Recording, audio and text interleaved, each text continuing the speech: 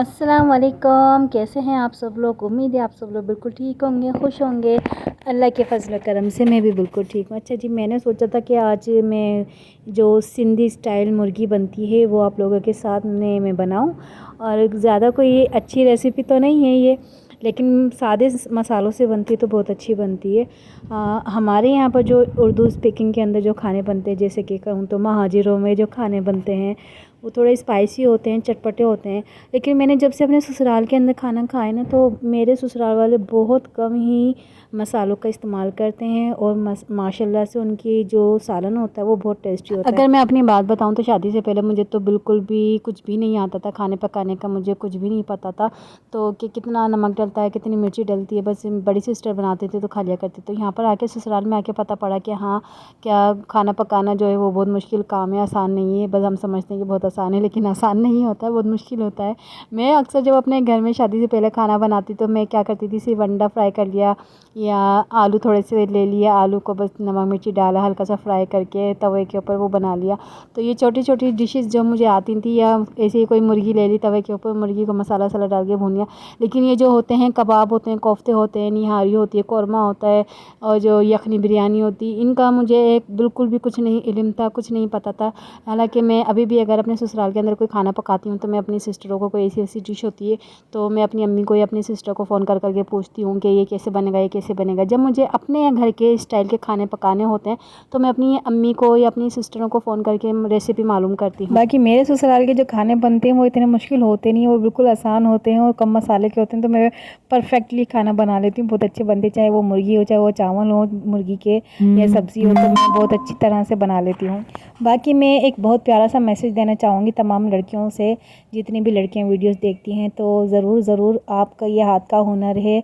और खाना पकाना, मैं तो कहती हूँ, पहले मैं कहती थी यार क्या रखा है खाना पकाने में, कौन किचन में जाए, लेकिन नहीं, आज मुझे एहसास हो रहा है कि वाकई खाना पकाना एक बहुत बड़ी नेमत है। अल्लाह ताला ने हमें बहुत बहुत बहुत बड़ी नेमत दी है कि जिनको खाना पकाना आता है। यकीन माने कि अक्सर मेरे घर में कोई मेहमान आ जाता है ना, अगर जैसे कि अम्मी वाले आ जाते हैं, कोई भाभी आ जाती हैं, या कोई और मेरे रिश्तेदार आ जाते हैं, तो मैं इतना कंफ्यूज हो जाती हूँ कि यार क्या पकाऊँ क्या पकाऊँ। मुझे तो इतना खाना पकाना आता नहीं है, लेकिन मैं अल्लाह का नाम लेके मैं जब भी कुछ भी पकाने खड़ी होती हूँ ना, तो माशाल्लाह से मैं सच्चे दिल से पकाती हूँ, तो अल्लाह ताला उस चीज़ के अंदर बरकत भी बहुत दे देता है और उस चीज़ के अंदर जायका भी बेइंतहा का होता है। लेकिन इतनी बातें हो गई, मैंने अभी तक इसकी रेसिपी आप लोगों को बताई नहीं, तो जल्दी से मैं इसकी रेसिपी बता दूँ, बहुत सिंपल सी है।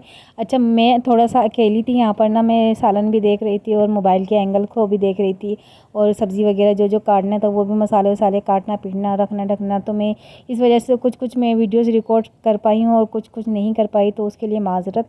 तो यहाँ पर मैं सबसे पहले बता दूँ आपको कि मैंने जो ये फ्राई करी है मुर्गी स्टाइल, ये जो सिंधी स्टाइल मुर्गी बनाई है, सॉरी, इसको मैं बता दूं कि मैंने सबसे पहले यहाँ पर सिर्फ प्याज को ब्राउन किया था। अच्छा, हमारे यहाँ पर सिंधियों में कोई खाना पकता है ना, तो बिगर प्याज ब्राउन करे कोई सालन नहीं बनता। हल्का सा ज़रूर प्याज को ब्राउन करते हैं, फिर उसके अंदर टमाटर डाल के, लहसुन डाल के, अदरक लहसुन डाल के, फिर मसालों को अच्छी तरह भून के, तो सब्ज़ी भी इसी तरह की बनती है। और हम यहाँ अगर कोई मुर्गी या गोश्त बनाएं तो वो भी इसी तरह की बनती है। तो बहुत सादे से मसाले बनते हैं, और मसाले क्या क्या डलते हैं वो मैं आपको यहाँ पर बता देती हूँ। कि मैंने सबसे पहले यहाँ पर, आपने देखा कि मैंने यहाँ पर प्याज को ब्राउन करा। प्याज को ब्राउन करने के बाद उसके अंदर मैंने अच्छी तरह से मुर्गी को बिल्कुल ब्राउन कर लिया। जो मुर्गी का कच्चापन है, जो पानी है, मुर्गी को मैंने इतना यहाँ पर फ्राई करा है कि उसके अंदर हल्का सा लाइट ब्राउन कलर आ गया। फिर उसके बाद मैंने इसको अलग से प्लेट में निकाल लिया था। फिर उसके बाद मैंने यहाँ पर टमाटर डाल दिया था। टमाटर डालने के बाद बिल्कुल अच्छी तरह से टमाटर को गला लिया, फिर उसको बिल्कुल अच्छी तरह से पेस्ट बना लिया। जब टमाटर बिल्कुल अच्छी तरह गल गए तो फिर उसके अंदर मैंने मुर्गी को डाला, मुर्गी डाल के थोड़ा सा फ्राई करा टमाटरों के अंदर, फिर आलू डाल के और थोड़ा सा पानी डाल के उसके अंदर रख दिया।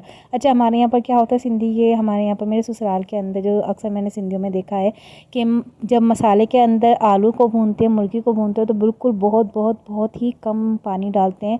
तकरीबन मैं तो कहती हूँ कि बस आधे से भी आधा गिलास पानी का डालते हैं। बकाया सब कुछ जो होता है, ये सारा जो होता है, ये मसाले के अंदर भूनते हैं, आलू को भी और मुर्गी को भी।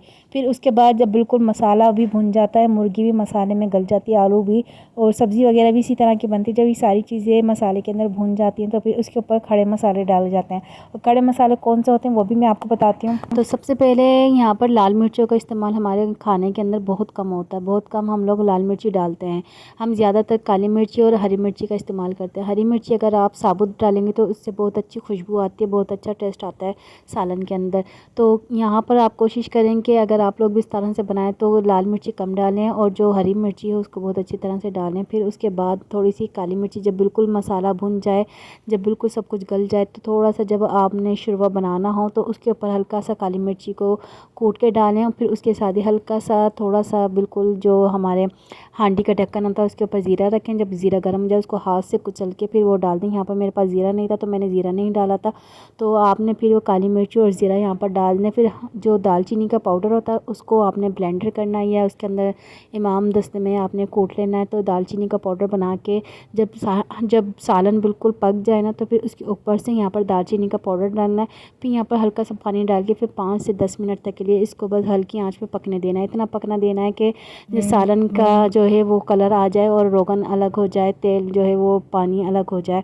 तो जब आप देखेंगे जब फाइनल लुक आ गई है सालन की, तो फिर आपने हल्का सा उसके ऊपर दालचीनी का पाउडर डालना है, फिर हरा धनिया डाल देना और फिर यहाँ पर हमारी जो रेसिपी है वो तैयार हो गई है। अच्छा, आज मैं बहुत अटक रही हूँ क्योंकि आज मेरे गले में बहुत दर्द है। मैं यहाँ पर थोड़ा सा वॉइस ओवर कर रही हूँ तो मुझे बहुत तकलीफ़ हो रही है, उसके लिए माजरत, क्योंकि मैं बार बार अटके जा रही हूँ।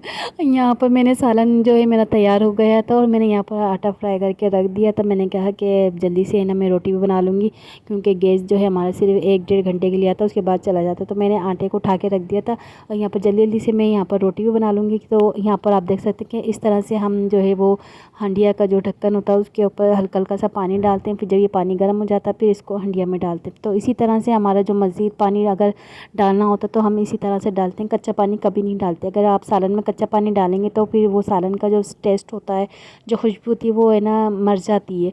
जब भी आप सालन के अंदर पानी डालें शुरबा बनाने के लिए, तो आपने क्या करना है कि पानी को हल्का सा गर्म करना है, फिर उसके अंदर आपने वो पानी ऐड करना है। तो इससे आपका जो सालन का जायका वो भी बहुत अच्छा आएगा और मसाले जो हैं वो भी बहुत अच्छी तरह माशाल्लाह से अपना असर दिखाएं। तो यहाँ पर मेरी जो है सिंधी मुर्गी डिश जो है वो तैयार हो गई थी। सिंधी मुर्गी कढ़ाई के लिए, सिंधी मुर्गी सालन के लिए, जिसको भी आप नाम देना चाहें वो दे सकते हैं।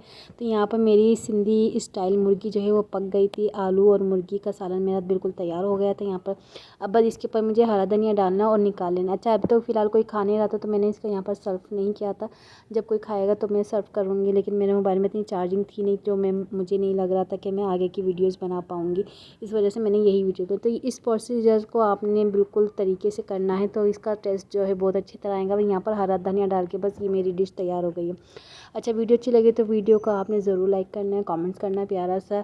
आज मैं बहुत अटक रही हूँ, अगर कोई बात बुरी लगे तो माजरत उसके लिए, क्योंकि मैं यहाँ पर लेट कर वॉइस ओवर कर रही हूँ, मेरे गले में तकलीफ़ हो रही है बहुत ज़्यादा। अच्छा जी, आगे वीडियो में बढ़ के अब यहाँ पर मेरा टाइम हो गया तो रोटी बनाने का। खैर, रोटी तो सबको बनाना आती है, अब रोटी बनाना भी मैं आप लोगों को क्या सिखाऊँ। मैं यहाँ पर बस रोटी बना रही हूँ। यहाँ पर वीडियो की एंडिंग करती हूँ। उम्मीद है आप लोगों को मेरी वीडियो अच्छी पसंद आई होगी। कोई बात पूछनी हो, कोई चीज़ अगर आप कोई पूछना चाहते हैं तो आप मुझे मैसेज कर सकते हैं इनबॉक्स के अंदर। और वीडियो को फुल वॉच किया करें और जल्दी जल्दी से वीडियो को शेयर करें ताकि मेरे 1000 फॉलोअर्स जो है सब्सक्राइबर वो पूरे हो जाएँ। और दुआओं में याद रखा करें। कोई बात अच्छी लगा करे तो ज़रूर मुझे कमेंट्स करके बताया करें। कोई बात बुरी लगा करे तब भी आप अच्छे तरीके से अच्छे अल्फाजों के साथ मुझे बताएं कि आपकी ये चीज़ बुरी है या कोई ये गलती है या कुछ जो भी है आप बताना चाहें तो मुझे कमेंट्स बॉक्स में बता सकते हैं। अच्छा, यहाँ पर मैं चाहूँगी आप लोगों से इजाज़त। इंशाल्लाह अगले व्लॉग के अंदर मुलाकात होगी आपसे। पिछले 2 दिन से मैंने व्लॉग अपलोड नहीं किया था कि जैसा कि मैंने बताया मेरी तबीयत ठीक नहीं थी, इसलिए मैं आज व्लॉग अपलोड कर रही हूँ। उम्मीद है आप सबको पसंद आया होगा। तो दुआओं में याद रखिएगा, मेरी वीडियो को फुल वॉच कीजिएगा, लाइक कीजिएगा, शेयर कीजिएगा और सब्सक्राइब करना ना भूलिएगा। इंशाल्लाह कल के व्लॉग में फिर मुलाकात होती है। तब तक के लिए अल्लाह हाफ़िज़।